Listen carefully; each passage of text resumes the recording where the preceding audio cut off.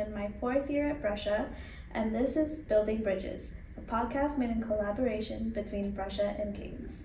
Hi, I'm Maria. I'm working at the EDID office at King's. I'm in my 2nd year, and today we have a lovely guest, Zoe. Zoe, would you like to introduce yourself? Hi, I'm Dr. Zoe Leyland. My pronouns are she, they. I am the coordinator for EDID and interprofessional education in the Faculty of Health Sciences, but I also work at King's as the 2SLGBTQIA+ Support Group Facilitator.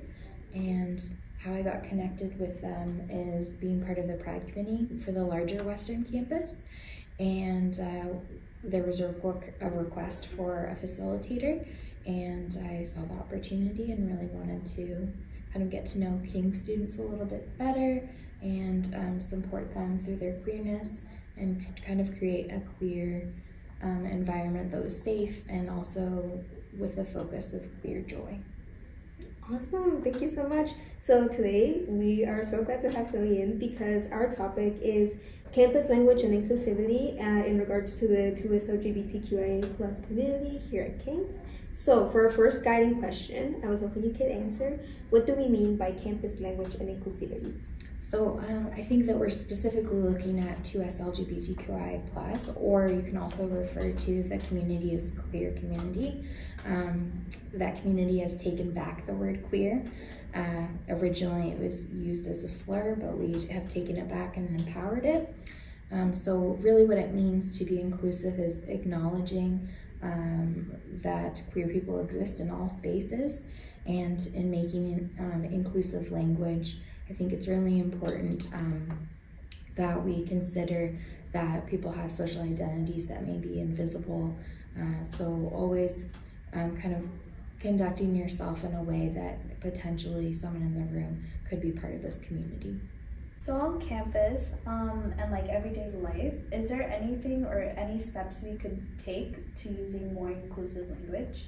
Yes, absolutely. So things like stating your pronouns, even if your pronouns are within the binary of she, her, he, him, still stating them I think is really helpful for others that don't use within the binary. So neo pronouns or alternative pronouns. For example, mine are she, they, but she, they is equal. So I would, it's not just a preference, but it's actually can be kind of a life-saving and a way of showing people that they are seen and heard by using pronouns. So just introducing yourself, whether you're part of the community or not, can be really helpful. Also things like addressing people in group settings instead of going to guys, which has become fairly gender neutral, maybe saying folks or all or y'all, things like that, considering that everyone in the room may not have the same social identity as yourself.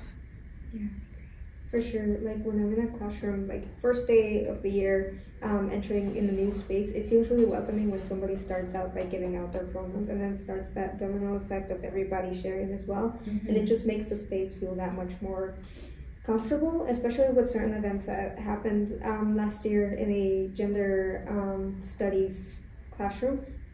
It feels a lot better when somebody lets you know, hey, this is welcoming, we're making a space here for everybody and you're safe here. So I feel like, yeah, saying your pronouns is such a simple step, but it works so well. It really does. And it's not just about like creating a safe space, because we can't always ensure safety, but it's also creating a brave space where you can come and be yourself, and then taking it a step further and creating an accountable space.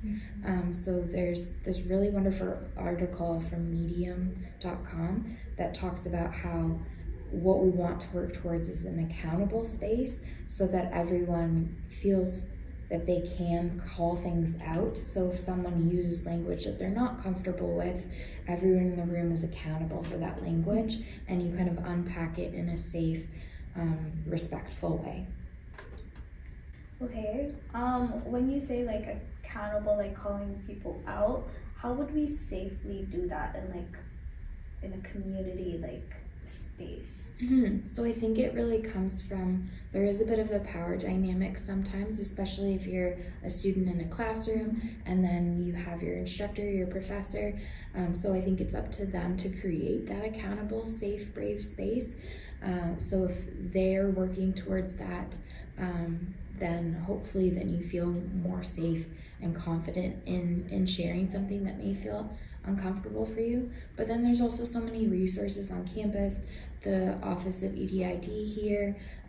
We also, as the facilitator for the 2SLGBTQIA+ support group, students can also come to me, and we have another co-facilitator, Alex Levine, who uses she, her pronouns. So there are spaces where you can kind of practice that. It's very much like almost like how you think about microaggressions and racism. If you're faced with that microaggression, is it safe for you to call it out at them in the moment, or is it safe for you to do that privately with someone else?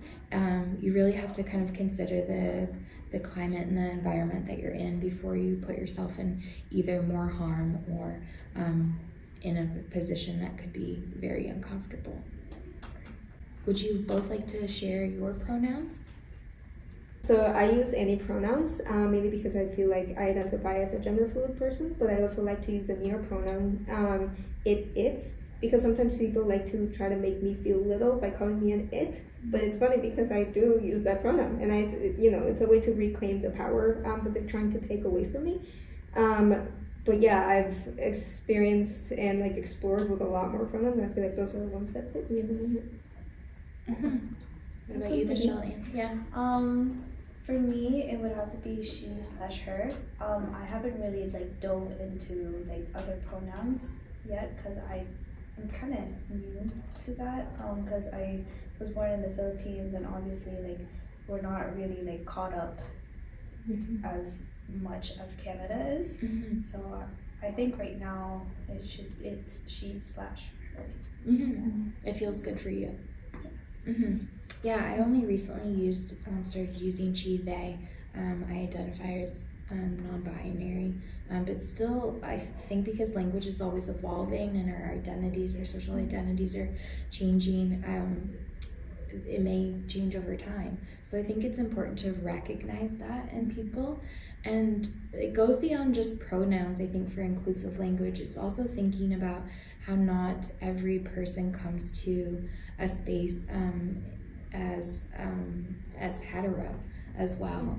A lot of the times we make these assumptions that there is only one way a family can look or one way a relationship can look to. So I think in talking to like Masters of Social Work students who are part of the 2SLGBTQIA+ community in the support group that I facilitate, they were talking about family dynamics, and it was only heteronormative looking families, a husband and a wife and children, where not everyone's family looks like that. So making that assumption is another way of not including a person into a space. So I think pronouns are a fantastic starting point, but it's also not making the assumption that a partner always has is always an opposite sex.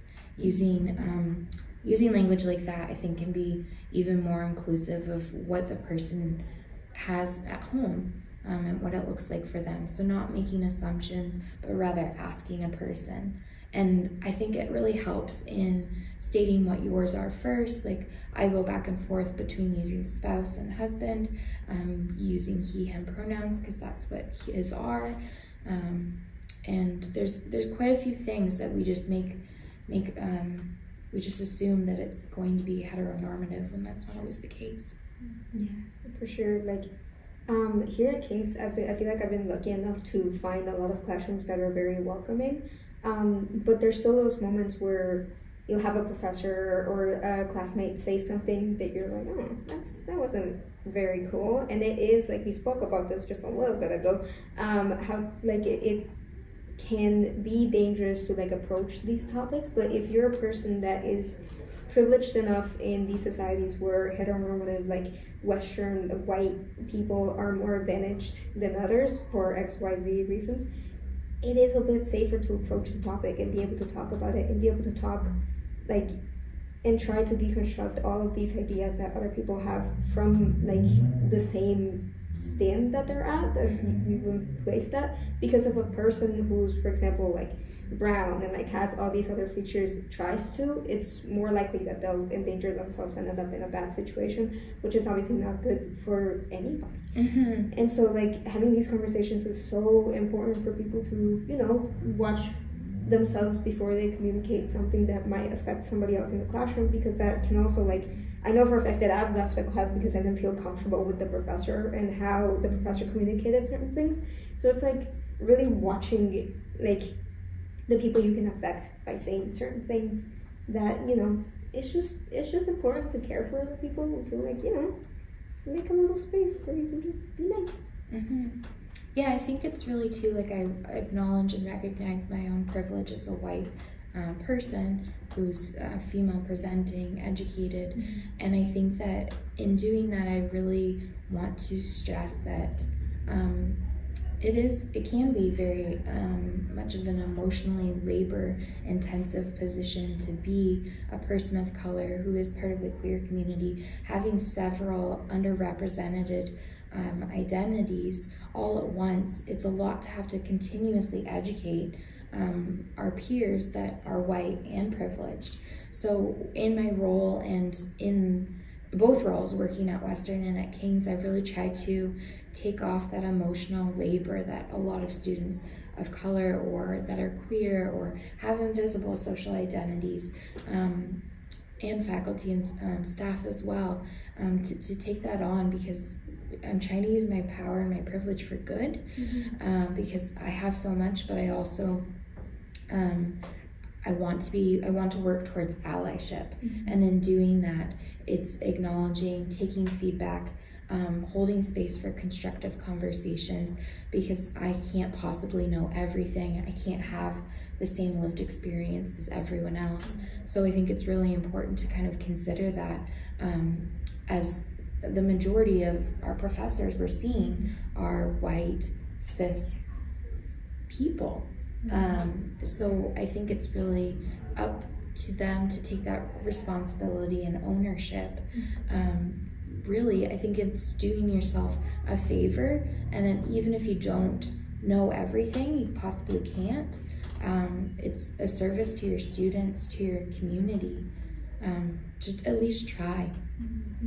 Yeah, so speaking of that, what are some steps that allies can take to make a space feel a little bit more welcoming? I think practicing saying pronouns, like if you're going into a space, instead of assuming that someone's pronouns are within the binary, start using they, them. Even when you're out in public and you see a person, address them in a different way by, instead of racializing them or assuming their gender or their sexual identity, maybe say, oh, that person over there with the blue shirt, they are doing so-and-so instead. Like something as simple as that, just practicing in every day at home can be really helpful. Start trying to practice when you're preparing for a lecture or something. Think about, and instead of addressing people with hey guys, hey folks, hey y'all, whatever it may be, because that can be quite triggering to someone that doesn't identify that way. So those are just kind of small things I think that would be helpful. That's awesome. I know I like to use peeps for people, and it gets people to smile, and it's just little things like that. Yeah, you can make it your own, make it fun, and it doesn't have to be a big political statement. People are so afraid of doing that. It really just is a way to create a safer space for everyone. For sure. I refer to my kids at the YMCA as boo-boo, because they're just so cute and they're just so small, and it's like, ooh, boo-boo. You've mentioned the pronouns they, them a lot during this like little talk. What does it actually like mean for some people? I can share first what it means for me. So because I identify as non-binary, using they then doesn't always kind of push me into kind of female or a woman kind of identity, because sometimes there are days that I feel more leaning towards maybe a masculine side or neither. It depends, just how I feel in that moment. And they can be really affirming for me that it's also like a way to bring back my queerness as well too, because I am in a hetero presenting marriage. I think using they also then kind of helps people to understand that like this is what this person looks like, but on the outside there's more to that. Like it opens up the conversation of my complexity of my identity. I don't know, like Maria, what about you? Because you use all pronouns. Yeah. What does they, them feel like for you? For me, it feels like a way to kind of reject the fact that other people are trying to push me into a box, but without disturbing kind of like everybody else's way of going about things. It's more like, here, you've used this term before. If you feel comfortable enough to call me that, I would very much welcome it. And it also feels kind of like a way of taking back, because I am a brown person, my roots are based on a lot of different backgrounds. And before colonization, we had a lot more identities to go by. And so it kind of feels like now that you've pushed my people back into a binary corner, I'd like to like get underneath you to get out and find a third wall of like, this is they, them. And you know, this has been pushed upon my people. How about try something new? Let's open it up little by little. And it just feels like a nice start to something like that's gonna grow so much bigger. Yeah.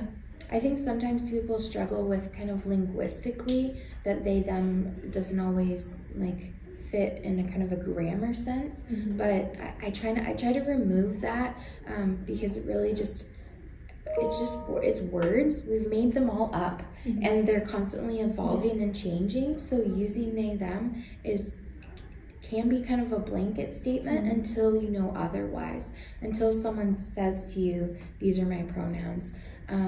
It's also, I think, it's important to acknowledge, like for the transgender community, that they may not always want to be using they, them pronouns. If a person is presenting as female, it's important to not always assume that their pronouns are going to be she, her, or if they're presenting masculine, vice versa. Like, it really, I think there's just so much to it that I think it's just such good practice to just at least try. And if you make a mistake, hopefully you own it and apologize and you can go on with your day. But in at least trying, that can be so life-saving and important for a person that is struggling. I think it's really important that if you do make a mistake, to really try and show someone. The worst is even if going simple as like someone pronounces your name wrong, and then they continuously do it over and over, you feel so discredited and so like dismissed by that person. So if someone's doing the same thing with your pronouns or your name, even like you, Michelle Ann, you said earlier, like you actually like to go by Annie, and that feels good for you. You deserve that. If you want that in all places, that's yours. So I think that's another example too of just, or you're with your identity, if you want to say what your sexual identity is and you want to be vulnerable and tell someone that, you can, but also that's something that is personal to you. It might be constantly evolving and changing. You don't have to share it, but I think the more we do, the more people will become more comfortable with this language being used in every space that we occupy. And I feel like it's important to also bring up that sometimes if a person is learning, they are going to get it wrong at some point. What matters is that they want to correct themselves and be better, and like use the language in a way that they, our learning is just more welcoming toward people. But it's okay if you do get it wrong every now and then. Everybody's learning, and it's okay to be forgiving to yourself, but understand that what you said does have an impact, and you do have to apologize for it. Yes, absolutely, I agree. So Zoe, as this podcast recording is like coming to an end, is there like anywhere we can find you on campus, or do you have like an email that people could contact you at? So yeah, you can find me at zletwin@uwo.ca if you'd like to contact me directly. You can also search for the 2SLGBTQIA+ supports at King's. They have a website with resources. If you want to join the support group, you can email me directly, or the Dean of Students, Joe Henry, has been incredible in making sure that the support group takes place. So that's another person you can reach out to. One thing that I think is really important in the support group is I put a list of resources just in a team site of spaces that are safe within London for those that are part of the 2SLGBTQIA+ community. If you're new to London or not from here and you want to find those spaces, I'm happy to share that with anyone that needs it. The same thing with like specific health related resources. And because I'm an employee of Western, I'm also tapped into the resources there too. So that's really my love language is support resource sharing. So at any point, if I can help someone out with that, I do it from a place of, I really wish I had that for myself and my younger self. So it's a way to kind of heal my inner child in a way, but also just brings me a lot of joy to share that with others. That's really nice. It's really nice to know that there's somebody who's there and willing to help younger generations now.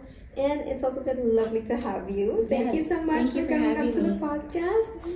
So it's bi-weekly on Thursdays. The next one is this week, January 18th.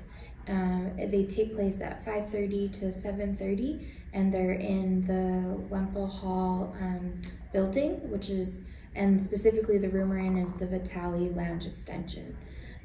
So hopefully we'll see you there. It would be great. We've done some incredible events already. We had 2 drag performers come to campus, which was really fun. And we've also had a guest speaker who talked about dating, online dating, like swipe culture.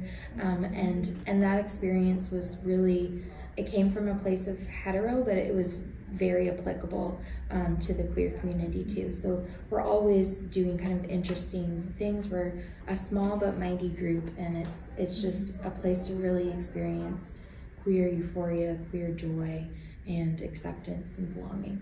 That's awesome. All right, thank you so much. I'm Michelle. I'm Maria. I'm Zoe. And this has been the Building Bridges podcast, and we'll see you on the other side.